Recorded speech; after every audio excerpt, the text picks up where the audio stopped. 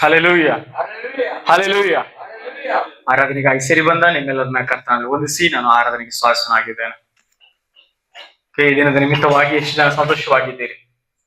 Hallelujah. ಕರ್ತನ ಸಂಘದಲ್ಲಿ ಸಂತೋಷವಾಗಿರುವುದು ಯಾವಾಗಲೂ. ಹಲ್ಲೆಲೂಯ.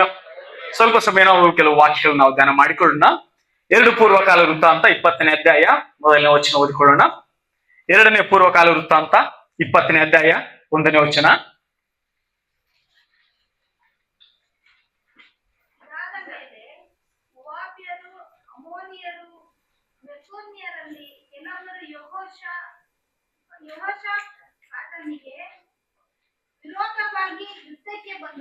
Hallelujah, hallelujah. ಇದಾದ ಮೇಲೆ ಮೋವಾಬ್ಯರು, ಅಮ್ಮೋನಿಯರು, ಮೆಗೂನ್ಯರಲ್ಲಿ ಕೆಲವರು ಯೆಹೋಷಾಫಾಟನಿಗೆ ವಿರೋಧವಾಗಿ ಯುದ್ಧಕ್ಕೆ ಬಂದರು. ಹಲ್ಲೆಲೂಯ.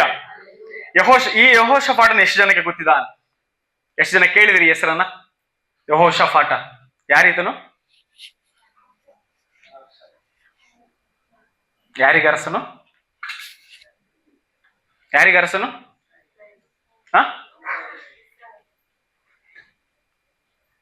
ಆತನು ಯಹೂದ್ಯರಿಗೆ ಅರಸನು, ಇಸ್ರಾಯೇಲರಿಗಲ್ಲ.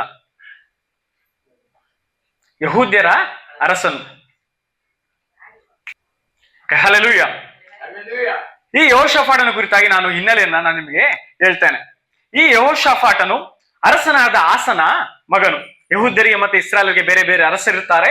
ಇಸ್ರಾಯೇಲರಿಗೆ ಅರಸನು ಬಾಷನ್ ಎಂಬುದಾಗಿರ್ತಾನೆ. ಅಂದ್ರೆ ಆಸನು ಯಹೂದ್ಯರಿಗೆ ಅರಸನಾಗಿರುವಾಗ ಈ ಯಹೂದ್ಯರ ಅರಸನ ಕೆಳಗೆ ಯಾರೇ ಬರ್ತಾರೆ ಅಂದ್ರೆ ಯಹೂದ ಕುಲ ಮತ್ತು ಬೆನ್ಯಾಮೀನ್. ಉಳಿದವರೆಲ್ಲರೂ ಇಸ್ರಾಯೇಲರ ಅರಸನ ಕೆಳಗೆ ಬರ್ತಾರೆ. ಈ ಆಸನು ಮತ್ತು ಈಗ ಇಸ್ರಾಯೇಲರ ಅರಸನಾದ ಬಾಷನು ಇವರಿಬ್ಬರಿಗೂ ಒಂದು ಉತ್ತಮ ರಿಲೇಶನ್ಶಿಪ್ ಇರೋದಿಲ್ಲ, ಒಳ್ಳೆ ಬಾಂಧವ್ಯ ಇರೋದಿಲ್ಲ. ಇವರೆಲ್ಲರೂ ದಾಯಾದಿಗಳಾಗಿದ್ದರೂ ಸಹ ಇವರೆಲ್ಲರೂ ಯಾರು? ಇಸ್ರಾಯೇಲರ ಅಂದ್ರೆ ಯಾಕೋಬನ ಕುಲಗಳು, ಯಾಕೋಬನಿಂದ ಬಂದಂತ 12 ಕುಲಗಳು. ಆದರೆ ಈ ಯಹೂದ್ಯರ ಅರಸನಾದ ಆಸನಿಗೂ ಇಸ್ರಾಯೇಲರ ಅರಸನಾದ ಬಾಷನಿಗೂ ಒಳ್ಳೆ ಸಂಬಂಧಗಳು ಇರೋದಿಲ್ಲ. ಯಾವಾಗಲೂ ಇವರ ಮಧ್ಯೆ ಯುದ್ಧಗಳು, ಇಲ್ಲ ತಕರಾರುಗಳು, ಗಲಾಟೆಗಳು ನಡೀತಾನೆ, ವಿಭೇದಗಳು ಬರ್ತಾನೆ ಇರ್ತದೆ. ಈ ಆಸನ ಈ ರೀತಿಯಾಗಿ ಇರುವಾಗ ಇಸ್ರಾಯೇಲರಿಗೆ ಬಾಷನ ತರುವಾಯ ಏಲ ಎಂಬುದಾಗಿ ಒಬ್ಬ ಅರಸನು ಬರ್ತಾನೆ. ಆತ ಸ್ವಲ್ಪ ಕಾಲಘಟ್ಟದಲ್ಲಿ ಮಾತ್ರ ಆತನ ಇರ್ತಾನೆ. ತರುವಾಯ ಜಿಮ್ರಿ ಎಂಬುದಾಗಿ ಇಸ್ರಾಯೇಲರಿಗೆ ಮತ್ತೊಬ್ಬ ಅರಸನು ಬರ್ತಾನೆ. ಈ ಜಿಮ್ರಿಯ ಮಗನು ಆಹಾಬನು. ಯಾರಿಗೆ? ಇಸ್ರಾಯೇಲರಿಗೆ ಅರಸನಾಗಿ ಆಹಾಬನು ಬರ್ತಾನೆ. ಈ ಸಮಯದಲ್ಲಿ ಈ ಕಡೆ ಆಸನು ಅರಸನಾಗಿರ್ತಾನೆ. ಆತನು ಆಹಾಬನ ಕಾಲಘಟ್ಟದಲ್ಲಿ ಆಸನು ಮರಣ ಹೊಂತಾನೆ. ಮರಣ ಹೊಂದಿದ ಮೇಲೆ ಈ ಆಸನ ಮಗನು ಯಹೂದ್ಯರಿಗೆ ಅರಸನಾಗಿ ತನ್ನ 35ನೇ ವರ್ಷದಲ್ಲಿ ಯೆಹೋಷಾಫಾಟನ ಅರಸನಾಗಿ ಬರ್ತಾನೆ. ಯಾರಿಗೆ? ಯಹೂದ್ಯರಿಗೆ ಅರಸನಾಗಿ ಬರ್ತಾನೆ. ಆಗ ಆ ಕಡೆ ಇಸ್ರಾಯೇಲರ ಅರಸನ ಯಾರಿದ್ದಾನೆ? ಆಹಾಬನು. ಈ ಆಹಾಬನು ಮತ್ತು ಯೆಹೋಷಾಫಾಟನು ಇವರು ಉತ್ತಮ ಸ್ನೇಹಿತರಾಗ್ತಾರೆ. ಕೇವಲ ಸ್ನೇಹಿತರಾಗದಲ್ಲದೆ ಇವರಿಬ್ಬರು ಬೀಗರಾಗ್ತಾರೆ. ಬೀಗರಂದ್ರೆ ಗೊತ್ತಲ್ಲ? ಯೆಹೋಷಾಫಾಟನ ಮಗನಿಗೆ ಆಹಾಬನ ಮಗಳನ್ನ ಕೊಟ್ಟು ಮದುವೆ ಮಾಡ್ಕೊಳ್ತಾರೆ. ಇವರಿಬ್ಬರು ಏನಾಗ್ತಾರೆ? ಇವರ ತಂದೆಗಳ ರೀತಿಯಲ್ಲಿ ಇಸ್ರಾಯೇಲರ ಅರಸರಿಗೂ ಯಹೂದ್ಯರ ಅರಸರಿಗೂ ಯಾವಾಗಲೂ ತಕರಾರುಗಳು, ಯುದ್ಧಗಳು ನಡೆಯುವ ಸಂದರ್ಭದಲ್ಲಿ ಕಾಲಗಳು ಉರುಳುತ್ತಾ ಇರುವಾಗ ಯೆಹೋಷಾಫಾಟನ ಯಹೂದ್ಯರ ಅರಸನು ಇಸ್ರಾಯೇಲರ ಅರಸನು ಇವರೇನಾಗಿದ್ದಾರೆ? ಈಗ ಒಂದು ಉತ್ತಮ ಸ್ನೇಹಿತರಾಗಿದ್ದಾರೆ. ತಮ್ಮ ಮಕ್ಕಳನ್ನ ಕೊಟ್ಟು ಮದುವೆ ಮಾಡಿಕೊಳ್ಳುವಷ್ಟು ಸ್ನೇಹಿತರು ಇವರು ಆಗಿದ್ದಾರೆ. ಈ ರೀತಿಯಾಗಿರುವ ಸಮಯದಲ್ಲಿ ಒಂದು ದಿನ ಅಂದ್ರೆ ಈ ಇಸ್ರಾಯೇಲ್ ಅರಸನಾದ ಆಹಾಬನು ತನ್ನ ಅಂದ್ರೆ ತನ್ನ ಸೈನ್ಯವೆಲ್ಲ ಸಮಾರ್ಯ ಪಟ್ಟಣದಲ್ಲಿ ಇರುವಾಗ ಅವರನ್ನ ಕಾಣ್ಲಿಕ್ಕೆ ಯೆಹೋಷಾಫಾಟನು ಮತ್ತು ತನ್ನ ಜನರು, ತನ್ನ ಸಂಗಡಿಗರು ಆಹಾಬನ ಬಳಿಗೆ ಹೋಗ್ತಾರೆ. ಅಂದ್ರೆ ಒಂದು ವಿಸಿಟ್ ಅನ್ನ ಕೊಡ್ಲಿಕ್ಕೆ. ಬೀಗರು ಮನೆಗೆ ಬರುವಾಗ ಏನ್ ಕೊಡ್ತಾರೆ? ಒಂದು ಔತಣವನ್ನ ಆಹಾಬನು ಅರೇಂಜ್ ಮಾಡ್ತಾನೆ. ಆಹಾಬನು ಒಂದು ಔತಣವನ್ನು ಅರೇಂಜ್ ಮಾಡುವಾಗ ಔತಣವೆಲ್ಲ ಆಯ್ತು. ಈಗ ಒಂದು ಡಿಸ್ಕಷನ್ಗೆ ಬರ್ತಾರೆ. ಈ ಆಹಾಬನಿಗೆ ಒಂದು ಅಭ್ಯಾಸವಿದೆ. ತನ್ನ ಮನಸ್ಸು ಬಂದಾಗೆಲ್ಲ ಹೋಗಿ ಅರಾಮ್ಯರ ಮೇಲೆ ಬಿದ್ದು ಯುದ್ಧ ಮಾಡೋದು. ಯಾರಿಗೆ? ಆಹಾಬನಿಗೆ. ಈ ಯೆಹೋಷಾಫಾಟನ ಬಳಿ ಕೇಳ್ತಾನೆ, ನಾವು ಒಂದು ಕೆಲಸ ಮಾಡೋಣ, ಹೋಗಿ ಅರಾಮ್ಯರ ಮೇಲೆ ಬಿದ್ದು ನಾವೇನ್ ಮಾಡೋಣ? ಯುದ್ಧ ಮಾಡೋಣ. ಅವರ ಊರು ಬಂದು ರಾಮೋತ್ ಗಿಲ್ಯಾದ್ ಎಂಬುದಾಗಿ, ಅದರ ಮೇಲೆ ನಾವು ಯುದ್ಧಕ್ಕೆ ಹೋಗೋಣ ಎಂಬುದಾಗಿ ಈ ಇಸ್ರಾಯೇಲರ ಅರಸನ ಕೇಳ್ತಾನೆ. ಇಸ್ರಾಯೇಲರ ಒಂದು ನಡೆಗೂ ದೇವರಿಗೂ ಯಹೂದ್ಯರು ಮತ್ತು ದೇವರ ಸಂಬಂಧ ಡಿಫರೆನ್ಸ್ ಇದೆ. ಇಸ್ರಾಯೇಲರ ಅರಸನು ಅವರು ಯಾವಾಗಲೂ ದೇವರನ್ನ ಬಿಟ್ಟು ದೂರ ಹೋಗಿದ್ದಾರೆ. ಆದ್ರೆ ಯಹೂದ್ಯರ ಅರಸನಾದ ಈ ಯೆಹೋಷಾಫಾಟನ ಆ ರೀತಿಯಾಗಿ ಇರಲಿಲ್ಲ. ದೇವರ ನಡವಳಿಕೆಯನ್ನ, ಈ ಪೂಜಾ ಸ್ಥಳಗಳನ್ನ ಎಲ್ಲವನ್ನ ತೆಗೆದುಹಾಕಿ ದೇವರಿಗೆ ಸ್ವಲ್ಪ ಮೆಚ್ಚುಗೆಯಾಗಿ ಸ್ವಲ್ಪ ಬಾಳುವ ಒಬ್ಬ ವ್ಯಕ್ತಿ. ಪ್ರವಾದಿಗಳಿಗೆ ಬೆಲೆ ಕೊಡ್ತಾ, ದೇವರ ಮಾತುಗಳಿಗೆ, ದೇವರ ನಡೆಸುವಿಕೆಗೆ ಸ್ವಲ್ಪ ಬೆಲೆಯನ್ನು ಕೊಡ್ತಾ ಇರುವಂತ ಒಬ್ಬ ವ್ಯಕ್ತಿ. ಯಾರು? ಯೆಹೋಷಾಫಾಟನು. ಈ ಆಲೋಚನೆ ಅಹಾಬನು ಕೊಡುವಾಗ ಏನೆಂಬುದಾಗಿ, ನಾವು ಹೋಗಿ ಏನ್ ಮಾಡೋಣ, ಅರಾಮ್ಯರ ಮೇಲೆ ನಾವು ಯುದ್ಧ ಮಾಡೋಣ ಎಂಬ ಒಂದು ಆಲೋಚನೆ ಕೊಡುವಾಗ ಈತನು ಒಂದು ರಿಕ್ವೆಸ್ಟ್ ಮಾಡ್ತಾನೆ ಯೆಹೋಷಾಫಾಟನು, ಇಸ್ರಾಯೇಲರಿ ಪ್ರವಾದಿಗಳು ಯಾರು ಇಲ್ವಾ? ಒಮ್ಮೆ ಅವರ ಹತ್ರ ನಾವು ಕೇಳೋಣ. ಓ, ನಮ್ಮಲ್ಲಿ ಸಹ ಇದ್ದಾರೆ, ಪ್ರವಾದಿಗಳು ಇದ್ದಾರೆ, ಅವರ ಬಳಿಯಲ್ಲಿ ನಾವು ಕೇಳೋಣ ಎಂಬುದಾಗಿ ಒಂದು 400 ಜನರ ಗುಂಪು ಅವರ ಬಳಿಯಲ್ಲಿ ಇವರು ಕೇಳ್ತಾರೆ. ಏನು, ನಾವು ಹೋಗಿ ಯುದ್ಧ ಮಾಡ್ಬೋದಾ? ಅಹಾಬನಿಗೆ ಕೇಳಿಕ್ಕೆ ಇಂಟ್ರೆಸ್ಟ್ ಇಲ್ಲ, ಯಾರಿಗೆ ಕೇಳ್ಬೇಕು? ಯೆಹೋಷಾಫಾಟನಾಗೆ ಒಂದು ರಿಕ್ವೆಸ್ಟ್ ಮೇಲೆ ಪ್ರವಾದಿಗಳ ಒಪಿನಿಯನ್ ಕೇಳ್ತಾರೆ. ಆ 400 ಜನರು ಸಹ ಏನ್ ಮಾಡ್ತಾರಂದ್ರೆ, ಅವರು ಒಕ್ಕೊರಲಾಗಿ ಹೇಳ್ತಾರೆ, ಹೌದು, ಈ ಯುದ್ಧ ಮಾಡಿದ್ರೆ ಯೆಹೋವನು ಆ ಅರಾಮ್ಯರನ್ನ ಅರಸನಿಗೆ ಒಪ್ಪಿಸಿ ಕೊಡ್ತಾನೆ, ಈ ಯುದ್ಧವನ್ನ ನೀವು ಗೆಲ್ತೀರಿ ಎಂಬುದಾಗಿ ಒಂದು ಆಲೋಚನೆಯನ್ನ ಕೊಡ್ತಾರೆ. ಆಗ ಯೆಹೋಷಾಫಾಟನು ಮತ್ತೊಮ್ಮೆ ಅಹಾಬನ ಬಳಿ ಕೇಳ್ತಾನೆ, ಸೆಕೆಂಡ್ ಒಪಿನಿಯನ್ಗೆ ಹೋಗೋಣ. ಮತ್ತೊಬ್ಬರು, ಇವರೆಲ್ಲರೂ ಒಂದು ಒಪಿನಿಯನ್ ಕೊಟ್ಟಿದ್ದಾರೆ, ಮತ್ತೊಂದು ಒಪಿನಿಯನ್ ತೆಗೆದುಕೊಳ್ಳೋಣ. ಮತ್ತಿನ್ಯಾರು ಪ್ರವಾದಿಗಳಿದ್ದಾರೆ, ಅವರ ಬಳಿಯಲ್ಲಿ ಒಮ್ಮೆ ನಾವು ಕೇಳೋಣ, ಅವ್ರ ಹತ್ರ ಅವ್ರು ಏನ್ ಹೇಳ್ತಾರೋ. ಆ ಸಮಯದಲ್ಲಿ ಅಹಾಬನ್ ಹೇಳ್ತಾನೆ, ಇನ್ನೊಬ್ಬ ಪ್ರವಾದಿ ಇದ್ದಾನೆ ಮೀಕಾಹು ಎಂಬುದಾಗಿ, ಆದರೆ ಅವನು ನನ್ನ ಬಗ್ಗೆ ಒಳ್ಳೆ ಒಪಿನಿಯನ್ ಅವನಿಗೆ ಇಲ್ಲ, ನನ್ನ ಕುರಿತಾಗಿ ಯಾವ ಒಳ್ಳೆ ವಚನ ಹೇಳೋದಿಲ್ಲ, ಒಳ್ಳೆ ಆಲೋಚನೆ ಹೇಳೋದಿಲ್ಲ. ಕೇಳಿದ್ರು ಈಗ ನನಗೆ ಯುದ್ಧ ಹೋಗು ಎಂಬುದಾಗಿ ಅವನು ಹೇಳೋದೇ ಇಲ್ಲ. ಅವನ ಹತ್ರ ಕೇಳಿದ್ರು ಕೇಳಿಲ್ಲ ಅಂದ್ರೆ ಅವ್ನು ಏನ್ ಹೇಳ್ತಾನೋ ನಾನು ಈಗಲೇ ಹೇಳ್ತಾ ಇದ್ದೀನಿ. ಆದ್ರೂ ನೀನ್ ರಿಕ್ವೆಸ್ಟ್ ಮಾಡ್ತಿರೋದ್ರಿಂದ ಒಂದ್ಸಲ ಏನ್ ಮಾಡೋಣ, ಮೀಕಾಹು ಬಳಿ ಕೇಳೋಣ. ಹೋಗಿ ಮೀಕಾಹು ಕೇಳ್ತಾರೆ. ಯಾವ ರೀತಿ ಅಹಾಬನ್ ಹೇಳಿದ್ನೋ ಮೀಕಾಹು ಏನ್ ಹೇಳ್ದ? ಫಸ್ಟ್ ಏನ್ ಹೇಳ್ತಾರಂದ್ರೆ, ಇಲ್ಲ ಇಲ್ಲ, ನೀವು ಹೋಗ್ರಿ, ನಿಮಗೆ ಏನ್ ಮಾಡ್ತಾರೆ ದೇವರು ಕೊಡ್ತಾರೆ ಎಂಬುದಾಗಿ ಹೇಳ್ತಾನೆ. ಆದ್ರೆ ಯೆಹೋಷಾಫಾಟ ಹೇಳ್ತಾನೆ, ದಯಮಾಡಿ ದೇವರು ನಿನಗೆ ಏನ್ ತಿಳಿಸಿದರು ಅದನ್ನ ಮಾತ್ರ ನೀನು ಹೇಳ್ಬೇಕು. ಆ ಮೀಕಾಹು ಹೇಳ್ತಾನೆ, ನಾನೀಗ ನಿಜವಾಗಲೂ ನನ್ನ ದೇವರು ನನಗೆ ತೋರಿಸಿದ ದರ್ಶನವನ್ನ ನಿನ್ನ ಬಳಿಯಲ್ಲಿ ಹೇಳ್ತೇನೆ. ಏನ್ ದರ್ಶನ ಅಂದ್ರೆ, ಯೆಹೋವನು ತನ್ನ ಬಳಿಯಲ್ಲಿರುವ ಆತ್ಮಗಳಲ್ಲಿ ಒಂದು ಪ್ರಶ್ನೆಯನ್ನು ಕೇಳ್ತಿದ್ದಾನೆ. ನಿಮ್ಮಲ್ಲಿ ಹೋಗಿ ಯಾರು ಅಹಾಬನಿಗೆ ಒಂದು ಪ್ರೇರಣೆ ಕೊಡಬೇಕು. ಏನು ಪ್ರೇರಣೆ? ಅಹಾಬನು ರಾಮೋತ್ ಗಿಲ್ಯಾದಿನ ಮೇಲೆ ಯುದ್ಧ ಮಾಡ್ಬೇಕೆಂಬ ಪ್ರೇರಣೆ ನಿಮ್ಮಲ್ಲಿ ಯಾರು ಕೊಡ್ತೀರಾ? ಯಾರು ಕೇಳ್ತಿದ್ದಾರಂತೆ? ಯೆಹೋವನು ತನ್ನ ಬಳಿಯಲ್ಲಿರುವ ಆತ್ಮಗಳಲ್ಲಿ ಕೇಳ್ತಿದ್ದಾನೆ. ಏನ್ ಮಾಡ್ಬೇಕು? ನೀವು ಹೋಗಿ ಪ್ರೇರಣೆ ಕೊಡ್ಬೇಕು. ಏನ್ ಮಾಡ್ಬೇಕು? ಏನ್ ಪ್ರೇರಣೆ ಬೇಕು? ಈ ಅಹಾಬನು ರಾಮೋತ್ ಗಿಲ್ಯಾದಿನ ಮೇಲೆ ಯುದ್ಧಕ್ಕೆ ಹೋಗಬೇಕು, ಪ್ರೇರಣೆ ಕೊಡ್ಬೇಕು. ನಾವು ಕೊಡ್ತೀವಂದ್ರೆ ಹೇಗೆ ಕೊಡ್ತೀರಿ? ಏನ್ ಟ್ರಿಕ್ ಅನ್ನು ಯೂಸ್ ಮಾಡ್ತೀರಿ ಎಂಬುದಾಗಿ ಕೇಳುವಾಗ ಒಂದೊಂದು ಆತ್ಮ ಬಂದು ನಾನು ಆ ರೀತಿ ಮಾಡ್ತೇನೆ, ಈ ರೀತಿ ಮಾಡ್ತೇನೆ ಎಂಬುದಾಗಿ ಹೇಳಿದಾಗ 2 ಆತ್ಮಗಳು ಬರ್ತವೆ. ಅವ್ರು ಹೇಳ್ತಾರಂದ್ರೆ, ನಾವು ಹೋಗಿ ಏನ್ ಮಾಡ್ತೇವೆ ಅಂದ್ರೆ 400 ಪ್ರವಾದಿಗಳನ್ನ ಪ್ರೇರೇಪಿಸ್ತೇವೆ. ಏನೆಂಬುದಾಗಿ, ಅಹಾಬನಿಗೆ ನೀನು ಹೋಗಿ ಯುದ್ಧಕ್ಕೆ ಹೋಗು, ದೇವರು ನಿನಗೆ ಜಯ ಕೊಡ್ತಾರೆ ಎಂಬುದಾಗಿ. ದೇವರೇನ್ ಮಾಡ್ತಾರಂದ್ರೆ ಆ ಆತ್ಮಗಳನ್ನ ಪ್ರವಾದಿಗಳಲ್ಲಿ ಕಳಿಸ್ತಾರೆ. ಆ ಪ್ರವಾದಿಗಳೇನ್ ಹೇಳಿದ್ದಾರೆ? ಯುದ್ಧಕ್ಕೆ ಹೋಗಿ ಎಂಬುದಾಗಿ ಈ ಅಹಾಬನಿಗೆ ಪ್ರೇರೇಪಿಸ್ತಾರೆ. ಆದರೆ ಅಹಾಬನು ಯುದ್ಧದಿಂದ ತಿರುಗಿ ಬರುವುದಿಲ್ಲ ಎಂಬುದಾಗಿ ಮೀಕಾಹು ಹೇಳ್ತಾನೆ. ಅಹಾಬನಿಗೆ ಹೇಗಿದ್ರು ಮೀಕಾಹು ಇಷ್ಟ ಇಲ್ಲ. ಮೀಕಾಹು ಹೇಳಿದ್ರು ಇದುವರೆಗೂ ಏನ್ ಮಾಡಿಲ್ಲ ಅಹಾಬನು, ಮಾಡಿದ್ದ ದಿನಗಳು ಇಲ್ಲ. ಅದಕ್ಕೆ ಅಹಾಬನ್ ಏನ್ ಮಾಡ್ತಾನಂದ್ರೆ, ಯೆಹೋಷಾಫಾಟನ ಬಳಿಯಲ್ಲಿ ನಾವು ಹೇಗಿದ್ರು ಯುದ್ಧಕ್ಕೆ ಹೋಗೋಣ, ಇವರು ಈ ತಲೆ ಕೆಡಿಸ್ಕೊಡುದು ಬೇಡ. ಒಂದ್ ಕೆಲಸ ಮಾಡ್ತಾನೆ, ನೀನು ಒಳ್ಳೆ ಚೆನ್ನಾಗಿ ಒಬ್ಬ ಅರಸನ ಹಾಗೆ ನಿನ್ನನ್ನು ರೆಡಿ ಮಾಡ್ಕೋ, ನಾನು ಮಾರುವೇಷ ಹಾಕೊಂಡು ಬರ್ತೇನೆ ಯುದ್ಧಕ್ಕೆ. ಹೇಗೆ? ಮಾರುವೇಷ ಹಾಕೊಂಡು ಯುದ್ಧಕ್ಕೆ ಬರ್ತೇನೆ, ನಾವು ಈ ರಾತ್ರಿಯಲ್ಲಿ ನಾವು ಯುದ್ಧಕ್ಕೆ ಹೋಗೋಣ. ಯೆಹೋಷಾಫಾಟನಿಗೆ ಪ್ರವಾದಿಯ ಭಯ ಇದ್ರೂ ಸಹ ಅಹಾಬನ್ ಯಾರು? ಯೆಹೋಷಾಫಾಟನಿಗೆ ಬೀಗರು. ಇಲ್ಲ ಅನ್ನಕ್ಕಾಗಲ್ಲ. ಯೆಹೋಷಾಫಾಟನ್ ಏನ್ ಮಾಡ್ತಾನಂದ್ರೆ ತನ್ನ ಸೈನ್ಯವನ್ನು ಸಹ ಕರ್ಕೊಂಡು ಯುದ್ಧಕ್ಕೆ ಹೋಗ್ತಾನೆ. ಯುದ್ಧಕ್ಕೆ ಹೋಗುವಾಗ ಅರಾಮ್ಯರು ಏನ್ ತಿಳ್ಕೊಳ್ತಾರಂದ್ರೆ ಈ ಯೆಹೋಷಾಫಾಟನೇ ಇಸ್ರಾಯೇಲರ ಅರಸನ ಎಂಬುದಾಗಿ ಅಂದ್ಕೊಳ್ತಾರೆ. ಯಾಕೆ ಹೇಳಿ? ನಿಜವಾದ ಅರಸನ ಏನ್ ಮಾಡ್ಕೊಂಡ್ ಬಂದಿದ್ದಾನೆ? ಮಾರುವೇಷ ಹಾಕೊಂಡ್ ಬಂದಿದ್ದಾನೆ. ಯಹೂದ್ಯರ ಅರಸನು ಇಸ್ರಾಯೇಲರ ಅರಸನ ಅನ್ಕೊಂಬುದು ಆತನ ಮೇಲೆ ಯುದ್ಧಕ್ಕೆ ಬರ್ತಾರೆ, ಆತನ ಮೇಲೆ ಸೈನಿಕರನ್ನ ಕಳಿಸ್ತಾರೆ. ಆದ್ರೆ ಸ್ವಲ್ಪ ಸಮಯದಲ್ಲಿ ಗೊತ್ತಾಗ್ತದೆ ಈತನ ಯಾರಲ್ಲ, ಇಸ್ರಾಯೇಲರ ಅರಸನಲ್ಲ ಎಂಬುದಾಗಿ ಅವರಿಗೆ ಗೊತ್ತಾಗ್ಬಿಡುತ್ತದೆ.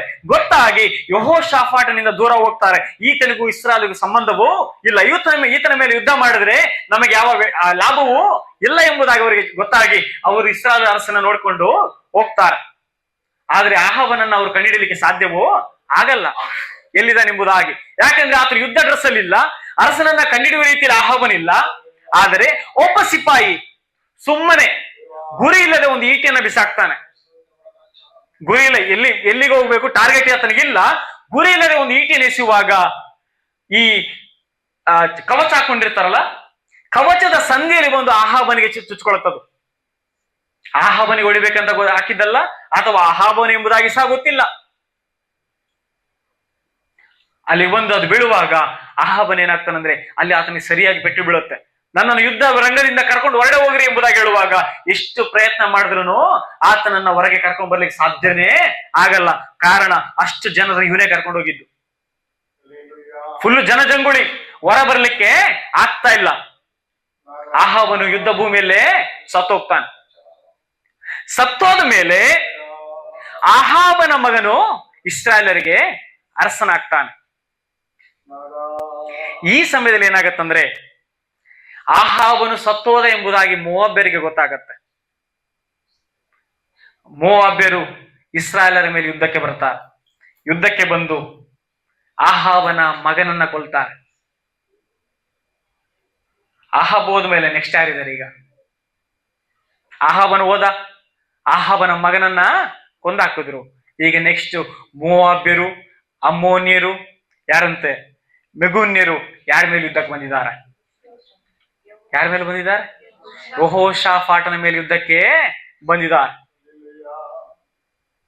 ಯೆಹೋಷಾಫಾಟನ ಕುರಿತಾಗಿ ಒಂದು ಆತನ ಬಲ ಏನೆಂಬುದಾಗಿ ನಾವು ನೋಡ್ಕೊಳ್ಳೋಣ.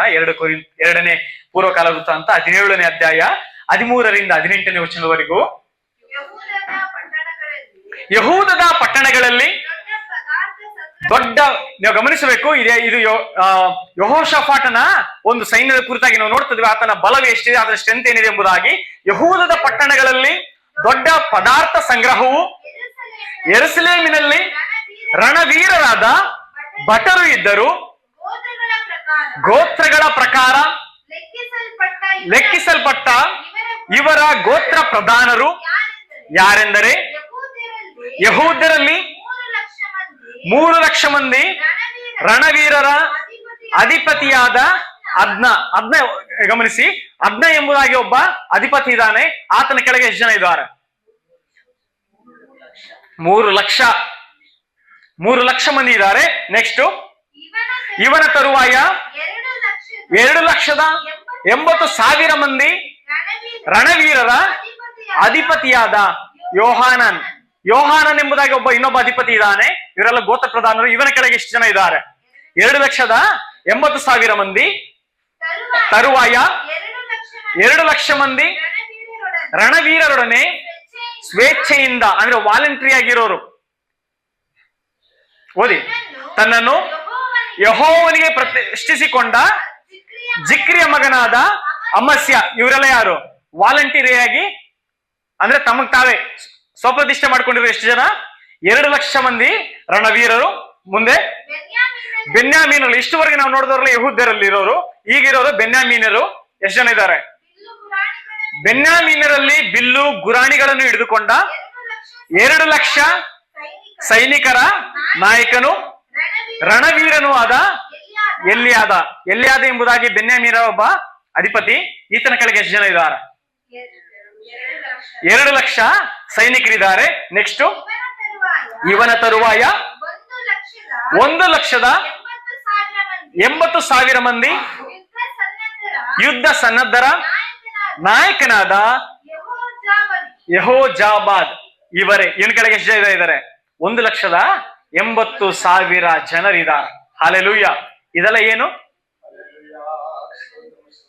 ಏನು? ಈಗ ಓದಿದ್ದು ಓದ್ದವ್ರು ಮಾತ್ರ ಗಮನಿಸಿದ್ರ? ಯೆಹೋಷಾಫಾಟನ ಜೊತೆಗಿರುವ ಸೈನ್ಯ ಲೆಕ್ಕ ಹಾಕಿದ್ರೆ ಎಷ್ಟು ಜನ ಇದ್ದಾರೆ ಎಂಬುದಾಗಿ? ಹೇಳ್ತೀರಿ ಎಷ್ಟು ಜನ ಇದ್ದಾರೆ ಎಂಬುದಾಗಿ?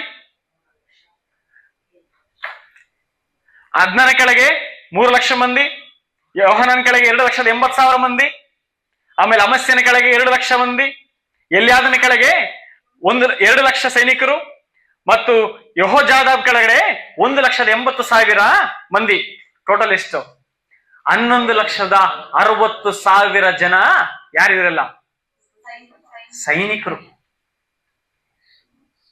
ಅರ್ಥ ಆಗ್ತಿದೆ? ಯೆಹೋಷಾಫಾಟನ ಜೊತೆಗೆ ಎಷ್ಟು ಜನ ಇದ್ದಾರೆ ಸೈನಿಕರೀಗ ಯುದ್ಧಕ್ಕೆ ಹೊರಟ್ರೆ?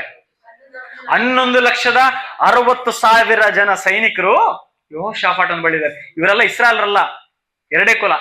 ಯಾವುದು? ಯಹೂದ ಮತ್ತೆ ಬೆನ್ಯಾಮಿನ್. ಇಸ್ರಾಯೇಲ್ ಸಪರೇಟ್ ಇದ್ದಾರೆ. ಅವರ ಮಿಲಿಟರಿ ಇರಲಿಲ್ಲ. ಇವತ್ತು ಭೂಮಿ ಮೇಲೆ ಅತಿ ದೊಡ್ಡ ಸೈನ್ಯವನ್ನು ಇಟ್ಕೊಂಡಿರೋದು ಚೀನಾ ದೇಶ. 20 ಲಕ್ಷ ಜನ ಸೈನಿಕರಿದ್ದಾರೆ. ಯಾರಿಗೆ? ಚೀನಾಗೆ. ಎರಡನೇದು ಭಾರತ ದೇಶ, 14.5 ಲಕ್ಷ. ಮೂರನೇದ ಸ್ಥಾನದಲ್ಲಿ ಅಮೆರಿಕ ಬರ್ತದೆ, 13.2 ಲಕ್ಷ. ಅಂದ್ರೆ 13,20,000 ಜನ ಏನು ಮಿಲಿಟರಿ ಪಡೆ ಇರೋದು. ಜನಸಂಖ್ಯೆ ಹೇಳ್ತೇನೆ, ಪ್ರಪಂಚದಲ್ಲಿ ಅತಿ ಹೆಚ್ಚು ಜನಸಂಖ್ಯೆ ಇರೋ ದೇಶ ಭಾರತ. ಕಳೆದ ಸೆನ್ಸಸ್ ಪ್ರಕಾರ 146 ಕೋಟಿ. ನಾವು 1.5 ಇದೀವಿ. 146 ಕೋಟಿ ಅಂದ್ರೆ ಲೆಕ್ಕಾಚಾರದ ಪ್ರಕಾರವಾಗಿರೋದು. 146 ಕೋಟಿ ಜನಸಂಖ್ಯೆಗೆ ಎಷ್ಟು ಮಿಲಿಟರಿ ಇದೆ? 14.5 ಲಕ್ಷ. ನೆಕ್ಸ್ಟ್ ಜನಸಂಖ್ಯೆ ಇರೋದು ಚೈನಾದಲ್ಲಿ 141 ಕೋಟಿ ಜನ, ಮಿಲಿಟರಿ ಎಷ್ಟು? 20 ಲಕ್ಷ. ಮೂರನೇ ಸ್ಥಾನದಲ್ಲಿರುವ ಜನಸಂಖ್ಯೆ ಅಮೆರಿಕ, ಎಷ್ಟು ಜನ ಇರುತ್ತಾ? 34 ಕೋಟಿ. ಇವರ ಮಿಲಿಟರಿ 13.2 ಲಕ್ಷ. ಅರ್ಥ ಆಗ್ತಿದ್ಯಾ? ಇವತ್ತು ಇಸ್ರೇಲ್ ದೇಶದ ಜನಸಂಖ್ಯೆ ಎಂಬುದಾಗಿ ಹೇಳಿಕೊಂಡಿರುವ ಜನಸಂಖ್ಯೆ 2023ನೇ ಸೆನ್ಸಸ್ ಪ್ರಕಾರ 97.6 ಲಕ್ಷ. ಎಷ್ಟು ಜನ? 1 ಕೋಟಿ ಅನ್ಕೊಳ್ಳೋಣ. ನಮ್ಮ ಕರ್ನಾಟಕದಲ್ಲಿ ಎಷ್ಟು ಜನ ಇದ್ದಾರೆ? ನಾವು ಸ್ಕೂಲಲ್ಲಿ ಓದ್ತಿದ್ದಾಗ್ಲಿಂದನೂ 6 ಕೋಟಿ ಕನ್ನಡಿಗರಂತಾನೆ ಕರೀತಾ ಇರೋದು. ಅಂದ್ರೆ ನಮಗಿಂತಲೂ ಜನಸಂಖ್ಯೆ ಯಾರು ಕಮ್ಮಿ ಇದ್ದಾರೆ? ಯಹೂದಿಗಳೆಂಬುದಾಗಿ ಹೇಳ್ತಿಲ್ಲ, ಅಂದ್ರೆ ಯಹೂದ್ಯರು ಎಂಬುದಾಗಿ ಹೇಳ್ತಿಲ್ಲ. ಯೂದ ಕುಲ, ಬೆನ್ಯಾಮಿನ್ ಈ ರೀತಿ ಸಪರೇಟ್ ಹೇಳ್ತಿಲ್ಲ. ಇಡೀ ಇಸ್ರಾಯೇಲ್ ಎಂಬುದಾಗಿ ಕರೆಸ್ಕೊಳ್ತಾರೆ. ಎಷ್ಟು ಜನ ಇದ್ದಾರೆ ಈಗ? ಈ 2023 ಪ್ರಕಾರ 1 ಕೋಟಿ ಜನ. ಅಂದ್ರೆ 97 ಲಕ್ಷ, ಇನ್ನೊಂದು 3 ಲಕ್ಷ ಜಾಸ್ತಿ ಆದ್ರೆ ಅನ್ಕೊಳ್ಳೋಣ. ಇಷ್ಟು ನಮ್ಮ ರೇಟ್ ಜಾಸ್ತಿ ಆದಷ್ಟು ಅವ್ರ ರೇಟ್ ಜಾಸ್ತಿ ಆಗಲ್ಲ.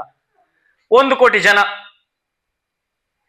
ಯೆಹೋಷಾಫಾಟನ ಕಾಲದಲ್ಲಿ ಕೇವಲ ಯಹೂದ್ಯರು ಮತ್ತು ಬೆನ್ಯಾಮಿನ್ ಸೇರಿಸಿ ಎಷ್ಟು ಜನ ಇದ್ದಾರೆ ಮಿಲಿಟರಿ? 11,60,000 ಜನ ಮಿಲಿಟರಿಗೆ ಹೋಗೋರಿದ್ದಾರೆ. ಈ ಯೆಹೋಷಾಫಾಟನ ಮೇಲೆ ಯಾರು ಬರ್ತಾ ಇದ್ದಾರೆ ಯುದ್ಧಕ್ಕೆ?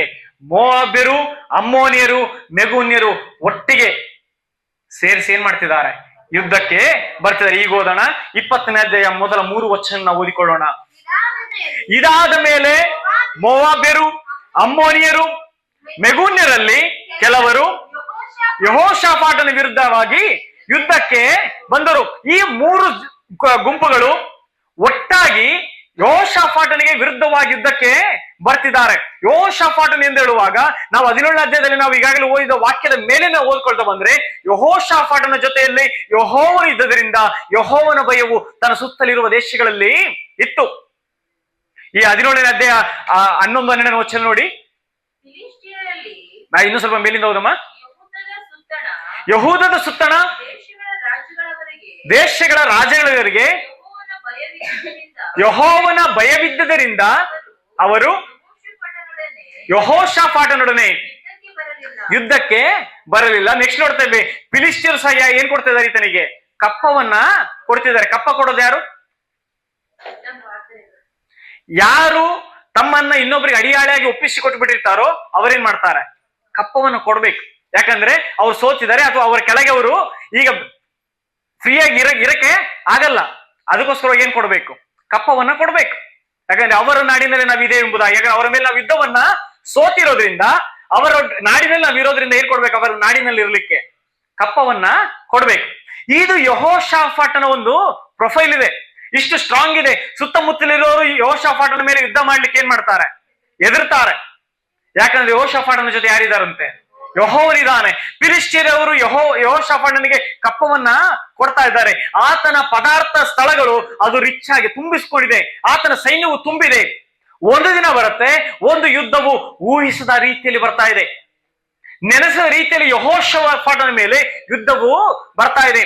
3 ಕಡೆಯಿಂದ 3 ಸ್ಥಳಗಳವರು, 3 ಜನಾಂಗಗಳವರು ಯೆಹೋಷಾಫಾಟನಿಗೆ ವಿರುದ್ಧವಾಗಿ ಏನ್ ಮಾಡ್ತಿದ್ದಾರೆ? ಯುದ್ಧಕ್ಕೆ ಬರ್ತಾ ಇದೆ. 2ನೇ ವಚನ.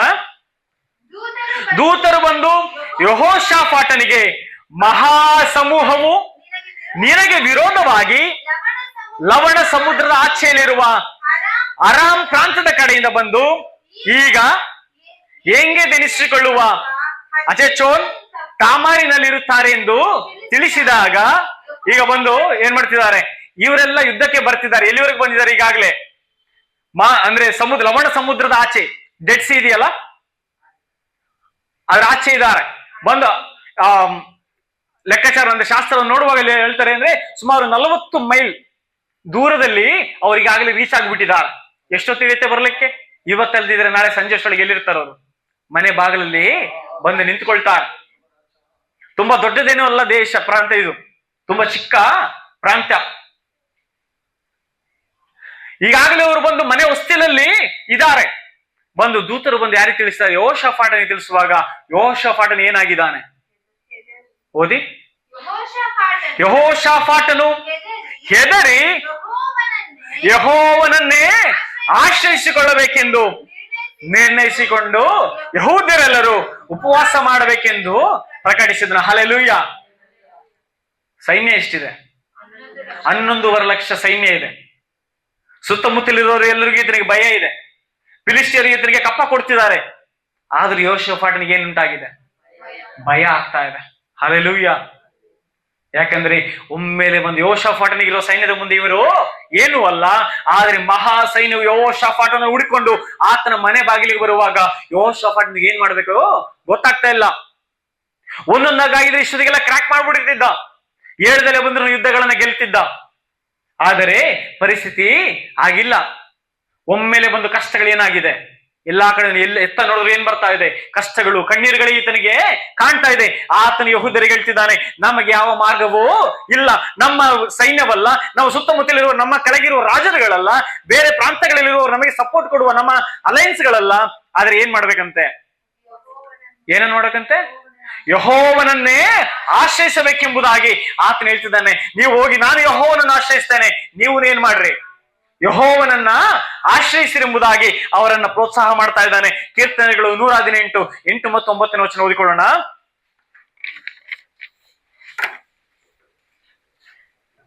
118ನೇ ಕೀರ್ತನೆ 8 ಮತ್ತು 9 ವಚನ. ಮನುಷ್ಯರಲ್ಲಿ ಭರವಸೆ ಬಿಡುವುದಕ್ಕಿಂತ ಯೆಹೋವನನ್ನು ಆಶ್ರಯಿಸುವುದು ಒಳ್ಳೆಯದು, ಪ್ರಭುಗಳಲ್ಲಿ ಭರವಸೆ ಬಿಡುವುದಕ್ಕಿಂತ ಯೆಹೋವನನ್ನ ಆಶ್ರಯಿಸುವುದು ಒಳ್ಳೆಯದು. Hallelujah, hallelujah. ಇದು ಯೆಹೋಷಾಫಾಟನಿಗೆ ಚೆನ್ನಾಗಿ ಗೊತ್ತಿದೆ. ಯಾರು ಅರ್ಥ ಮಾಡ್ಕೋಬೇಕು? ಯಾರು ಅರ್ಥ ಮಾಡ್ಕೊಳ್ಬೇಕು? ನಾವ್ ಅರ್ಥ ಮಾಡ್ಕೊಳ್ಬೇಕು. ಯೆಹೋಷಾಫಾಟನು ಹೇಳ್ತಿದ್ದಾನೆ, ಯೆಹೂದ್ಯರಿಗೂ ಆತನು ಪ್ರೋತ್ಸಾಹ ಕೊಡ್ತಿದ್ದಾನೆ, ನೀವು ಹೋಗಿ ಯಾರನ್ನ ಆಶ್ರಯಿಸ್ಕೊಳ್ರಿ? ಯೆಹೋವನನ್ನ ಆಶ್ರಯಿಸಿಕೊಳ್ಳ್ರಿ, ಪ್ರತಿಯೊಬ್ಬರನ್ನ ಕರೀರಿ, ನೀವು ಉಪವಾಸವನ್ನ ಪ್ರಕಟಣೆ ಮಾಡಿ, ನೀವು ಎಲ್ಲರನ್ನ ಯೆಹೂದ್ಯರೆಲ್ಲರನ್ನ ಕರೆಸಿರಿ ಎಂಬುದಾಗಿ ಆತನು ಹೇಳ್ತಿದ್ದಾನೆ. ಕೀರ್ತನೆಗಾರನು ಹೇಳ್ತಿದ್ದಾನೆ, ಮನುಷ್ಯರಲ್ಲಿ ಭರವಸೆ ಇಡುವುದಕ್ಕಿಂತ ಯೆಹೋವನನ್ನು ಆಶ್ರಯಿಸುವುದು ಒಳ್ಳೆಯದು, ಪ್ರಭುಗಳಲ್ಲಿ ಭರವಸೆ ಇಡುವುದಕ್ಕಿಂತ ಯೆಹೋವನನ್ನ ಆಶ್ರಯಿಸುವುದೇ ಒಳ್ಳೆಯದು. Hallelujah, hallelujah. ಯಾಕಂದ್ರೆ ಆತನು ಬಿಟ್ರೆ ಮತ್ತೊಂದು ಮಾರ್ಗ ಇಲ್ಲ ಎಂಬುದಾಗಿ ಯೆಹೋಷಾಫಾಟನಿಗೆ ಗೊತ್ತಾಗಿದೆ. ಯೆರೆಮೀಯ ಪ್ರವಾದನೆ ಗ್ರಂಥ 17ನೇ ಅಧ್ಯಾಯ 5ರಿಂದ 7ನೇ ವಚನ. ಯೆರೆಮೀಯ ಪ್ರವಾದನೆ ಗ್ರಂಥ 17ನೇ ಅಧ್ಯಾಯ 5ರಿಂದ 7. ಯೆಹೋವನು ಈಗನ್ನುತ್ತಾನೆ, ಗಮನಿಸಬೇಕು, ಯೆಹೋವನು ಈಗನ್ನುತ್ತಾನೆ, ಮಾನವ ಮಾತ್ರದವರಲ್ಲಿ ಭರವಸೆ ಬಿಟ್ಟು ನರಜನ್ಮದವರನ್ನು ತನ್ನ ಭುಜಬಲವೆಂದು ತಿಳಿದು ಯೆಹೋವನನ್ನು ತೊರೆಯುವ ಮನಸ್ಸುಳ್ಳವನು ಏನಾಗಿದ್ದಾನೆ? ಶಾಪಗ್ರಸ್ತನು. ಯಾರು ಮನುಷ್ಯರನ್ನು ಆಶ್ರಯಿಸಿಕ್ ಹೋಗ್ತಾರೋ, ನಮ್ಮ ಜೀವಿತ ನಾವು ನೋಡಿಕೊಳ್ಳೋಣ. ನನಗೆ ಕಷ್ಟಗಳು ಕಣ್ಣೀರುಗಳು ಇರುವಾಗ, ನಾನು ಟ್ಯಾಕಲ್ ಮಾಡಕ್ಕಾಗದಿರುವ ಸಮಸ್ಯೆಗಳು ನನ್ನ ಎದುರು ಬರುವಾಗ ನಾನು ಯಾರ ಮೊರೆ ಹೋಗ್ತಾ ಇದ್ದೇನೆ?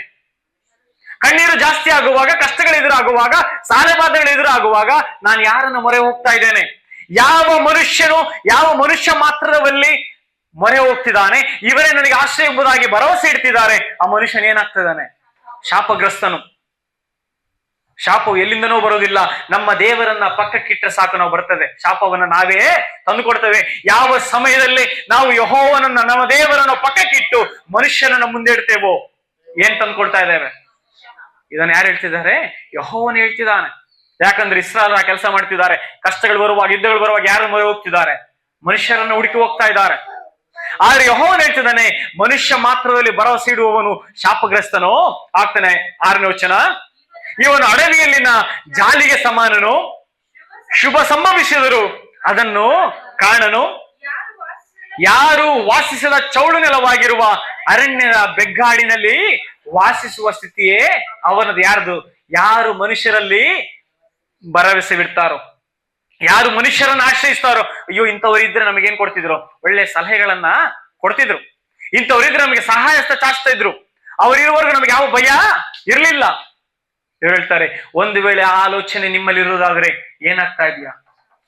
ಕಾಡಿನಲ್ಲಿರುವ ಜಾಲಿ ಮರಕ್ಕೆ ನೀನು ಸಮಾನನಾಗ್ತಿದ್ಯಾ. ಕಣ್ಣು ಮುಂದಿನ ಊರಿನಲ್ಲಿ ಶುಭ ನಡೀತಾ ಇದೆ, ಒಳ್ಳೆ ಕೆಲಸಗಳು ನಡೀತಾ ಇದೆ, ಯಾರಿಗ್ ಗೊತ್ತಿಲ್ಲ? ಕಾಡಿನಲ್ಲಿರುವ ಜಾಲಿ ಮರಕ್ಕೆ ಗೊತ್ತಿಲ್ಲ. ಅದೇ ರೀತಿ ನಿನ್ನ ಕಣ್ಣಿಗೆ ಏನ್ ಕಾಣಿಸಲ್ಲ? ಶುಭ ಕಾರ್ಯಗಳು ಕಾಣಿಸಲ್ಲ. ಯಾಕೆ? ನೀನ್ ಯಾರ ಮೊರೆ ಹೋಗ್ತಾ ಇದೀಯಾ? ಮನುಷ್ಯರ ಮೊರೆ ಹೋಗ್ತಾ ಇದೀಯಾ? ಯಾರನ್ನ ಮೊರೆ ಹೋಗ್ಬೇಕು? 7ನೇ ವಚನ, ಯಾವನು ಯೆಹೋವನಲ್ಲಿ ನಂಬಿಕೆ ಇಟ್ಟಿದ್ದಾನೋ, ಯಾವನಿಗೆ ಯೆಹೋವನು ಭರವಸವಾಗಿದ್ದಾನೋ ಅವನು ಧನ್ಯನು. Hallelujah, hallelujah. ಯಾರು ಧನ್ಯರು? ನನ್ನ ಜೊತೆ ಸಮಾನವಾಗಿ ಉಂಟು ಮಾಡಲ್ಪಟ್ಟಿರುವ ಮನುಷ್ಯ ಮಾತ್ರದವರನ್ನ ಅಲ್ಲದೆ. ಸ್ಪೆಷಲ್ ಆಗಿ ಬಿಟ್ಟು ಉಂಟು ಮಾಡಿದಾರ ನಮ್ಮನ್ನ ನಿಮ್ಮನ್ನ? ಎಲ್ಲರನ್ನ ಏನ್ ಮಾಡಿದಾರೆ ದೇವರು? ಒಂದೇ ರೀತಿ, ಎಲ್ಲರಿಗೂ ಒಂದೇ ಅವಕಾಶವನ್ನು ಕೊಟ್ಟಿದ್ದಾರೆ, ಎಲ್ಲರಿಗೂ ಒಂದೇ ನಂಬಿಕೆ, ಎಲ್ಲರಿಗೂ ಒಂದೇ ರಕ್ಷಣೆಯನ್ನು ಆತನು ಕೊಟ್ಟಿದ್ದಾನೆ. ಆತನ ಹೇಳ್ತಿದ್ದಾನೆ, ಇವರ ಮಧ್ಯದಿಂದ ಯಾರು ಯೆಹೋವನನ್ನ ನಿರೀಕ್ಷಿಸ್ತಾರೋ, ಯಾರು ಯೆಹೋವನಲ್ಲಿ ನಂಬಿಕೆ ಇಡ್ತಾರೋ ಅವರೇನಾಗಿದ್ದಾರೆ? ಧನ್ಯರು. ಹಲ್ಲೆಲೂಯ. ಇದನ್ನ ಯಾರು ತಿಳಿದಿದ್ದಾರೆ? ಯೆಹೋಷಾಫಾಟ್ ಅಂತ ತಿಳಿದಿದ್ದಾರೆ. ಯೆಹೋಷಾಫಾಟ್ ಅಂತ ಹೇಳ್ಬೋದು, ನನ್ನ ಬಳಿ ಏನಿದೆ? ದೊಡ್ಡ ಸೈನ್ಯವಿದೆ, ಮಿಲಿಟರಿ ಇದೆ, ಎಷ್ಟೊತ್ತು ನನಗೆ ಯುದ್ಧವನ್ನ ಮಾಡೋದು?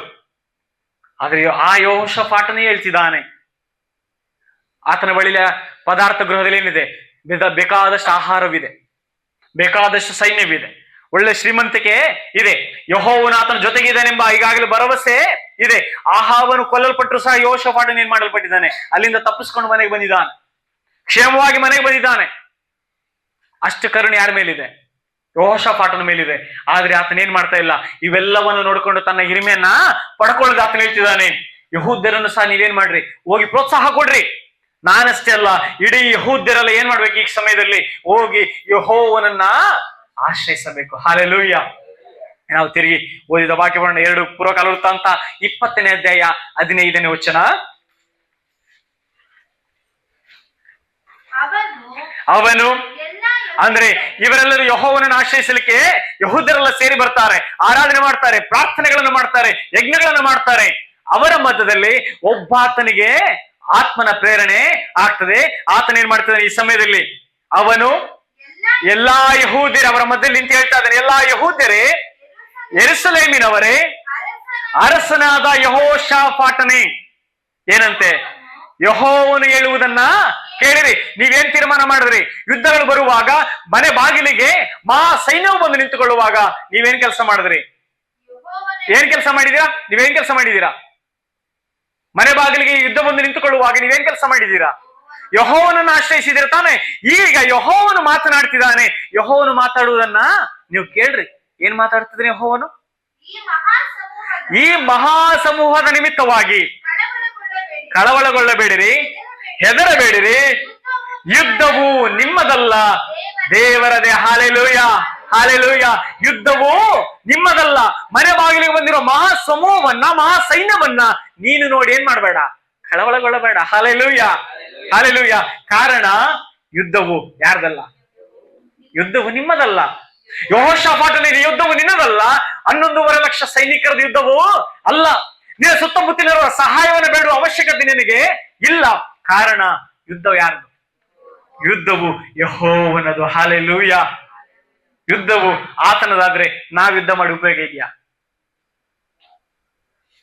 ಯುದ್ಧವು ಆತನದಾಗಿರುವಾಗ ನಾವುಗಳು ಯುದ್ಧ ಮಾಡಿ ಉಪಯೋಗ ಇದೆಯಾ? ನಾವು ಇನ್ನು ಕೆಳಗಡೆ ಓದ್ತಾ ಹೋದ್ರೆ ಅವರಿಗೆ ಯುದ್ಧ ಕ್ಯಾನ್ಸಲ್ ಆಗಿಲ್ಲ, ಯುದ್ಧ ಮಾಡಿದ್ದಾರೆ, ಯುದ್ಧ ರಣರಂಗಕ್ಕೆ ಹೋಗಿದ್ದಾರೆ, ಸೈನಿಕರೆಲ್ಲ ಯುದ್ಧಕ್ಕೆ ಹೋಗಿದ್ದಾರೆ. ಯುದ್ಧ ಮಾಡಿದ್ಯಾರು? ನಮ್ಮ ಜೀವಿತದಲ್ಲಿ ಕಷ್ಟಗಳು, ನಷ್ಟಗಳು, ಹೋರಾಟಗಳು, ಕಣ್ಣೀರುಗಳು ಬರುವಾಗ ಸಮಸ್ಯೆಯನ್ನು ತೆಗೆದಾಕಲ್ಲ. ಯುದ್ಧ ಇದೆ. ಮನೆ ಬಾಗಿಲಿನಿಂದ ಬರುವ ಯುದ್ಧ ಅಲ್ಲೇ ಇದೆ. ಎಲ್ಲಿದೆ? ಮನೆ ಬಾಗಿಲಲ್ಲೇ ಇದೆ. ಆದ್ರೆ ಆ ಯುದ್ಧ ಯಾರು ಮಾಡ್ತಾರೆ? ನಾವುಗಳು ಮಾಡೋದು ಅಲ್ಲ. ನಮ್ಮ ಯುದ್ಧವನ್ನ, ನಮ್ಮ ಮನೆ ಬಾಗಿಲಿಗೆ ಬಂದಿರೋ ಯುದ್ಧವನ್ನ ನೋಡಿ ಕಳವಳಗೊಳ್ಳಬೇಡ್ರಿ ಎಂಬುದಾಗಿ ಯೆಹೋವನು ಅವ್ರಿಗೆ ಹೇಳ್ತಿದ್ದಾನೆ. ಆತನಿಂದ ಹೇಳ್ತಾನೆ, ಪ್ರಿಯ ಯೆಹೂದ್ಯರೇ, ಯೆಹೂದ ಜನವೇ, ಯೆಹೋಷಾಫಾಟನೇ, ನೀನು ಈ ಸಮಯದಲ್ಲಿ ಯೆಹೋವನು ಹೇಳುವುದನ್ನ ಕೇಳು. ನಮಗೂ ಸಹ ಆತನು ಹೇಳ್ತಿದ್ದಾನೆ, ಪ್ರಿಯ ಸಭೆ, ಯೆಹೋವನು ಹೇಳುವುದನ್ನ ನೀನು ಕೇಳು. ಮನೆ ಬಾಗಿಲಿಗೆ, ಮನೆ ಒಳಗೆ ಬಂದಿರುವ ಕಷ್ಟಗಳನ್ನ, ಕಣ್ಣೀರುಗಳನ್ನ ನೋಡಿ ನೀನೇನ್ ಮಾಡಬೇಡ, ಕಳವಳಗೊಳ್ಳಬೇಡ. ಸುಮ್ಮನೆ ನಾವು ಗಾಳಿ ತಿರುಗಿಬಿಟ್ಟು ಬಂದು ಕಳವಳಗೊಳ್ಳಬೇಡ ಅಂದ್ರೆ ಅದು ಅಲ್ಲ. ಯಾವಾಗ ಇವರೆಲ್ಲ ಯೆಹೋವನನ್ನು ಆಶ್ರಯಿಸಿದ್ರೆ ಆಗ ಯೆಹೋವನು ಇವರಿಗೆ ಹೇಳ್ತಿದ್ದಾರೆ, ನೀವೇನ್ ಮಾಡಬೇಡ, ಕಳವಳಗೊಳ್ಳಬೇಡ, ಈ ಯುದ್ಧ ನಿಮ್ಮದು ಅಲ್ಲ. ಇದರ ಮೇಲೆ ಯುದ್ಧ ಮಾಡ್ಲಿಕ್ಕೋ, ಹೋರಾಡಿ ಸೋತು ಸುಣ್ಣವಾಗ್ಲಿಕ್ಕೋ, ಕಣ್ಣೀರುಗಳಾಗ್ಲಿಕ್ಕೋ, ರಕ್ತವನ್ನು ಸುರಿಸಲಿಕ್ಕೋ ಈ ಯುದ್ಧ ನಿಮ್ಮದು ಅಲ್ಲ. ಈ ಯುದ್ಧವನ್ನ ಮಾಡುವ ಆತನು ನಾನು. ಈ ಯುದ್ಧ ನಾನು ಮಾಡ್ತೇನೆ, ಇದು ಯುದ್ಧ ನನ್ನ ಸ್ವಂತವು. ಯಾರು ಮಾಡ್ತಾರೆ ಯುದ್ಧವನ್ನ? ನಿಮ್ಮ ಮುಂದೆ ಹೋಗಿ ನಾನು ಮಾಡ್ತೇನೆ. ಹಲ್ಲೆಲೂಯಾ. ವಿಮೋಚನ ಕಂಡ 14ನೇ ಅಧ್ಯಾಯ 13 ಮತ್ತು 14ನೇ ವಚನ ಓದಿಕೊಳ್ಳೋಣ. ಆದರೆ ಮೋಶೆ ಆ ಜನರಿಗೆ, ಯಾರು ಮೋಶೆ ಯಾರು ತನ್ನ ಜೀವಿತ ಕಾಲದಲ್ಲಿ ಯಾರೊಟ್ಟಿಗೆ ಮಾತನಾಡಿದ್ದಾನೆ? ಇಸ್ರಾಯೇಲರೇ. ಆ ಜನರಂದ್ರೆ ಮೋಶೆ ಮತ್ತೊಂದು ಮುಖವನ್ನು ನೋಡಿಲ್ಲ 40 ವರ್ಷಗಳು. ಆ ಜನರೊಟ್ಟಿಗೆ ಮಾತನಾಡ್ತಾನೆ, ಹೇಳ್ತಿದ್ದಾನೆ, ನೀವು ಅಂಜಬೇಡಿರಿ, ಸುಮ್ಮನೆ ನಿಂತುಕೊಂಡು ಯೆಹೋವನು ಇವತ್ತು ನಿಮ್ಮನ್ನು ರಕ್ಷಿಸುವ ರೀತಿಯನ್ನ ನೋಡ್ರಿ. ಹಲ್ಲೆಲೂಯಾ. ಇವರು ಎದುರ್ಕೊಂಡ್ಬಿಟ್ಟಿದ್ದಾರೆ, ಇವರು ಹುಡುಕ್ತಾ ಇದ್ದಾರೆ, ಅಯ್ಯೋ ನಾವು ಐಗುಪ್ತ ದೇಶದಲ್ಲಿ ಇದ್ರೆ ಹೇಗಿದ್ವಿ, ಚೆನ್ನಾಗಿದ್ವಿ. ನಾವು ಕಳೆದ ವಾರಗಳಲ್ಲಿ ನಾವು ನೋಡಿದ್ವಿ, ನಾವು ಐಗುಪ್ತ ದೇಶದಲ್ಲಿ ಪಾತ್ರೆಯ ಬಳಿಯಲ್ಲೇ ಕೂತ್ಕೊಂಡು ಮಾಂಸ ತಿಂತಿದ್ವಿ. ಯಾರು ಹೇಳ್ತಾ ಇರೋದು? ಐಗುಪ್ತ ದೇಶದಲ್ಲಿ ಸ್ಥಳವಿಲ್ಲ ಎಂಬುದಾಗಿ ಅರಣ್ಯದಲ್ಲಿ ಕರ್ಕೊಂಡು ಬಂದೆ ನಮ್ಮನ್ನು ಸಾಯಿಸಲಿಕ್ಕೆ. ಮೋಶೆ ಒಂದು ಮಾತು ಹೇಳ್ತಿದ್ದಾನೆ, ಪ್ರಿಯ ಜನರೇ, ಇಸ್ರಾಯೇಲರೇ, ಯೆಹೋವನು ಹೇಳುವ ಮಾತುಗಳನ್ನು ನೀವು ಕೇಳ್ರಿ. ಏನ್ ಮಾಡ್ಬೇಕಂತೆ? ನೀವು ಅಂಜಬೇಡ್ರಿ, ಕಳವಳಗೊಳ್ಳಬೇಡ್ರಿ. ಏನ್ ಮಾಡ್ರಿ? ಮತ್ತೆ ಏನ್ ಮಾಡ್ರಿ? ಸುಮ್ಮನೆ ಇದ್ದು ಯೆಹೋವನು ಇವತ್ತು ನಿಮ್ಮನ್ನು ರಕ್ಷಿಸುವ ರೀತಿಯನ್ನ ನೋಡ್ರಿ. ಅಯ್ಯೋ, ಅವರ ಸೈನ್ಯ ದೊಡ್ಡದು, ಈ ಕಷ್ಟ ನಮ್ಮ ಕುಟುಂಬದಲ್ಲಿ ಯಾರಿಗೂ ಬಂದಿರಲಿಲ್ಲ. ಮೋಶೆ ನಮಗೊಂದು ಮಾತು ಹೇಳ್ತಿದ್ದೇನೆ, ಸುಮ್ಮನೆ ಇದ್ದು ನಿನ್ನನ್ನ ಯೆಹೋವನು ರಕ್ಷಿಸುವ ರೀತಿಯನ್ನ ನೋಡು. ಹಲ್ಲೆಲೂಯಾ. ಹೇಗೆ ನಿನ್ನನ್ನ ಕಷ್ಟದ ಕುಲುಮೆಯಿಂದ ಆತನು ಎತ್ಕೊಂಡು ಬರ್ತಾನೋ, ಈ ಸಾಲದ ಬಾಧೆಗಳಿಂದ ಆತನು ನಿಮ್ಮನ್ನು ಹೇಗೆ ತೀರಿಸ್ತಾನೋ, ಈ ಕಣ್ಣೀರುಗಳಿಂದ ನಿಮ್ಮನ್ನು ಹೇಗೆ ಕರ್ಕೊಂಡು ಬರ್ತಾನೋ ಹೊರಗಡೆ, ಹೇಗೆ ನೋಡ್ಬೇಕು? ಸುಮ್ಮನೆ ಇದ್ದು ನೋಡು. ಮುಂದೆ, ನೀವು ಇವತ್ತು ನೋಡುವ ಐಗುಪ್ತರನ್ನ ಇನ್ನು ಮುಂದೆ ಎಂದಿಗೂ ನೋಡುವುದಿಲ್ಲ. ಯೆಹೋವನೇ ನಿಮಗಾಗಿ ಯುದ್ಧ ಮಾಡುವನು, ನೀವಂತೂ ಸುಮ್ಮನೆ ಇರ್ರಿ. Hallelujah, hallelujah, hallelujah. ಯಾರು ಮಾಡ್ತಾರಂತ ಯುದ್ಧ? ಯೆಹೋವನು ಯುದ್ಧ ಮಾಡ್ತಾನೆ. ಯಾವಾಗ ಗೊತ್ತಾ? ಬಿಟ್ಟು ಕೊಟ್ರೆ. ನಾನು ಸುಮ್ಮನಿದ್ದು ಯುದ್ಧ ಮಾಡಪ್ಪ ಎಂಬುದಾಗಿ ನಾನು ಬಿಟ್ಟು ಕೊಟ್ರೆ ಯಾರು ಮಾಡ್ತಾರೆ ಯುದ್ಧವನ್ನ? ಯೆಹೋವನು ಮಾಡ್ತಾನೆ. ಯೇಸು ಕ್ರಿಸ್ತನು ಮಾರ್ತಳ ಬಳಿಯಲ್ಲಿ ಮಾತನಾಡ್ತಿದ್ದಾನೆ. ಮಾತಲ್ಲಿ ಹೇಳ್ತಾಳೆ, ನೀನು 3-4 ದಿವಸ ಮುಂಚೆ ನಿಲ್ಲಿದ್ರೆ ನನ್ನ ತಮ್ಮ ಸಾಯ್ತಿರ್ಲಿಲ್ಲ. ಕ್ರಿಸ್ತನ್ ಹೇಳ್ತಾನೆ ಮಾರ್ತಳಿಗೆ, ಸ್ವಲ್ಪ ಹೊತ್ತಿರು, ನೀನು ಸ್ವಲ್ಪ ಹೊತ್ತು ಸುಮ್ಮನಿರು, ಯೆಹೋವನು ನಿನ್ನನ್ನು ಯಾವ ರೀತಿ ರಕ್ಷಿಸ್ತಾನೋ ನೋಡು. ನೀನಿದ್ರೆ ನನ್ನ ತಮ್ಮ ಸಾಯ್ತಿರ್ಲಿಲ್ಲ ಎಂಬುದಾಗಿ ಮಾರ್ತಳಿ ಹೇಳ್ತಾಳೆ. ಮತ್ತೇನ್ ಹೇಳ್ತಾಳೆ? ಆತನ ಸತ್ತೆಷ್ಟು ದಿನ ಆಯ್ತು? 4 ದಿನ ಆಯ್ತು. ಈಗೇನ್ ಬರ್ತಾ ಇದೆ? ವಾಸನೆ ಬರ್ತಾ ಇದೆ, ನಾತ ಬರ್ತಿರತ್ತೆ. ಸುಮ್ಮನೆ ಅದನ್ನೆಲ್ಲ ತಗ್ಸದೆ ಅಂತಕ್ಕೆ ಯೇಸು ಕ್ರಿಸ್ತ ಹೇಳ್ತಾನೆ, ಮಾರ್ತಳೆ, ನೀನು ನಂಬಿದರೆ ದೇವರ ಮಹಿಮೆಯನ್ನ ಕಾಣುವಿ. ಸುಮ್ಮನೆ ಇದ್ದು ನಂಬಬೇಕು. ನನ್ನ ದೇವರೇನಾಗಿದ್ದಾನೆ? ಎಲ್ಲಕ್ಕೂ ಶಕ್ತನೋ ಆಗಿದ್ದಾನೆ. ಸುಮ್ಮನೆ ಇದ್ದು ನಾವು ಯೆಹೋವನ ಆಶ್ರಯಿಸಿಕೊಂಡು ಸುಮ್ಮನೆ ಇದ್ರೆ ನಮ್ಮನ್ನ ಯಾವ ರೀತಿ ರಕ್ಷಿಸ್ತಾನೆ ಎಂಬುದಾಗಿ ಯಾರು ತೋರಿಸ್ತಾರೆ? ಮೋಶೆ ಹೇಳ್ತಿದ್ದಾನೆ, ಅವರನ್ನು ನೋಡಿ ನೀನು ಹೆದರಬೇಡ. ಅವರೆಲ್ಲಿದ್ದಾರೆ? ರಥಗಳಲ್ಲಿ ಬಂದಿದ್ದಾರೆ, ಕುದುರೆಗಳನ್ನು ಹಾಕಿಕೊಂಡು ಬಂದಿದ್ದಾರೆ. ಇವರೆಲ್ಲಿದ್ದಾರೆ? ಸಮುದ್ರವನ್ನು ದಾಟಿ ಹೋಗ್ತಾ ಇದ್ದಾರೆ. ಮೋಶೆ ಇಸ್ರಾಯೇಲಿಗೆ ಹೇಳ್ತಿದ್ದಾರೆ, ಈಗ ನೀವು ಕಾಣ್ತಿರುವ ಈ ಐಗುಪ್ತರು ಇನ್ನು ಮುಂದೆ ಕಾಣಲ್ಲ. ಕಾರಣ ಅವರ ರಥಗಳು, ಕುದುರೆಗಳು ಏನಿದ್ರು ಈ ಸಮುದ್ರವನ್ನು ದಾಟಿ ಬರಲಿಕ್ಕೆ ಸಾಧ್ಯವಿಲ್ಲ. Hallelujah, hallelujah. ನಾನು ನೀನು ಬರಿಗಾಲಲ್ಲಿ ಏನ್ ದಾಟಿ ಹೋಗ್ತಾ ಇದೇವಲ್ಲ, ಈ ಸಮುದ್ರವನ್ನ ಅವರು ದಾಟಿ ಬರ್ಲಿಕ್ಕೆ ಸಾಧ್ಯವೋ ಇಲ್ಲ. ಅದು ಕೇವಲ ತನ್ನ ಮಕ್ಕಳಾಗಿರೋ ನಮಗೆ ಮಾತ್ರ ಸಾಧ್ಯ. ಏನಂತೆ? ಕೆಂಪು ಸಮುದ್ರದಲ್ಲಿ ಮಾರ್ಗವನ್ನ ಮಾಡಿಕೊಂಡು ದಾಟಿ ಹೋಗಲಿಕ್ಕೆ ತನ್ನ ಮಕ್ಕಳಿಗೆ ಮಾತ್ರ ಅವಕಾಶ ಕೊಟ್ಟಿದ್ದು. ಐಗುಪ್ತರು ಬರ್ಲಿಕ್ಕೆ ಆಯ್ತದ್ರಿಂದ ಹೇಳ್ತಿದ್ದಾನೆ, ನೀವು ಸುಮ್ಮನಿದ್ದು ಯೆಹೋವನು ಮಾಡುವ ಕಾರ್ಯವನ್ನ ನೀವು ನೋಡ್ರಿ. ಹಲ್ಲೆಲೂಯಾ. ಆತನು ಹೇಳ್ತಿದ್ದಾನೆ, ಕಾರಣ ಈ ಯುದ್ಧ ಯಾರ್ದಲ್ಲ, ಇಸ್ರಾಯೇಲರು ನಿಮ್ಮನ್ನು ಐಗುಪ್ತ ದೇಶದ ಹೊರಗಡೆ ಕರ್ಕೊಂಡು ಬಂದಿದ್ದು ತಿರುಗಿ ಹೋಗಿ ಅವರ ಮೇಲೆ ಯುದ್ಧ ಮಾಡ್ಲಿಕ್ಕೆ ಅಲ್ಲ. ಆದರೆ ಈ ಯುದ್ಧವನ್ನ ಯಾರು ಮಾಡ್ತಾರೆ? ಯೆಹೋವನ ಯುದ್ಧವನ್ನ ಮಾಡ್ತಾರೆ. ನಾವೇನ್ ಮಾಡ್ಬೇಕಂತ ಅಲ್ಲಿವರೆಗೂ ಸುಮ್ಮನೆ ಇದ್ದು ಆತನ ಏನ್ ಮಾಡ್ತಾನೋ ಅದನ್ನ ನೋಡಿದ್ರೆ ಸಾಕು. ನಾವು ಮಧ್ಯದಲ್ಲಿ ನುಗ್ಗಿ ಏನ್ ಮಾಡ್ತೇವೆ ಅಂದ್ರೆ, ಅಯ್ಯೋ ಸತ್ತು 4 ದಿನ ಆಯ್ತು, ಏನ್ ಬರ್ತಾ ಇದೆ? ವಾಸನೆ ಬರ್ತಾ ಇದೆ. ಬೇಡ, ಸುಮ್ಮನಿದ್ದು ಮಾಡೋ ಕೆಲಸ ನೋಡು. ಮರೆಯಳು ಅಲ್ಲೇ ಇದ್ದಾಳೆ, ಏನ್ ಮಾಡ್ತಿದ್ದಾಳೆ ಆಕೆ? ಸುಮ್ಮನಿದ್ದು ನನ್ನ ಯಾರು ಬಂದಿದ್ದಾರೆ? ನನ್ನ ಒಡೆಯನಾದ ಯೇಸು ಕ್ರಿಸ್ತನು ಇಲ್ಲಿಗೆ ಬಂದಿದ್ದಾರೆ. ಆತನ ಏನ್ ಮಾಡ್ತಾರೋ ನಾನು ಏನ್ ಮಾಡ್ತೇನೆ? ಸುಮ್ಮನಿದ್ದು ನಾನು ನೋಡ್ತೇನೆ. ಸುಮ್ಮನೆ ಅಂದ್ರೆ ಸತ್ತ ಶವದ ರೀತಿಯಲ್ಲ. ಅದಕ್ಕೂ ಮುಂಚೆ ಮಾಡಬೇಕಾದ ಕೆಲಸಗಳೇನಂತೆ? ನಂಬಬೇಕು, ಯೆಹೋವನನ್ನ ಆಶ್ರಯಿಸಬೇಕು. ಆ ಪ್ರವಾದಿ ನಿಂತು ಹೇಳ್ತಿದ್ದಾನೆ, ನೀವು ಆಶ್ರಯಿಸಿರುವ ಯೆಹೋವನ ಮಾತು ಹೇಳ್ತಾ ಇದ್ದಾನೆ, ಈ ಸಮೂಹವನ್ನು ನೋಡಿ ನೀವೇನ್ ಮಾಡ್ಬೇಡ್ರಿ, ಅಂಜಬೇಡ್ರಿ, ಕಳವಳಗೊಳ್ಳಬೇಡ್ರಿ. ಮೋಶೆ ಹೇಳಿರ್ಬೋದು, ಯೆರೆಮೀಯನು ಹೇಳಿರ್ಬೋದು, ಯೆಹೋಷಾಫಾಟ, ಮತ್ತೊಂದು ಪ್ರವಾದಿಗಳು, ಮತ್ತೊಂದು ಯಾಜಕಗಳಿರ್ಬೋದು, ಅಥವಾ ಈ ಸಭೆಗೆ ಪವಿತ್ರಾತ್ಮನು ಹೇಳ್ತಿರ್ಬೋದು, ಪ್ರಿಯ ಸಭೆ ಅಂಜಬೇಡ, ಪ್ರಿಯ ಸಭೆ ಕಳವಳಗೊಳ್ಳಬೇಡ. ಒಂದಲ್ಲ, ಮಹಾ ಸಮೂಹವೇ ನಿನ್ನ ಮನೆ ಬಾಗಿಲಿಗೆ ಬಂದ್ರು. ಏನ್ ಮಾಡಿ ನೋಡು, ಸುಮ್ಮನೆ ಇದ್ದು ನಿನ್ನ ದೇವರು ನಿನ್ನನ್ನು ಯಾವ ರೀತಿ ರಕ್ಷಿಸ್ತಾನೋ ನೀನ್ ಅದನ್ನ ನೋಡು. ಹಲ್ಲೆಲೂಯಾ. ದೇವರು ವಾಕ್ಯಗಳ ಮೂಲಕವಾಗಿ ನಮ್ಮನ್ನು ಆಶೀರ್ವದಿಸಲಿ.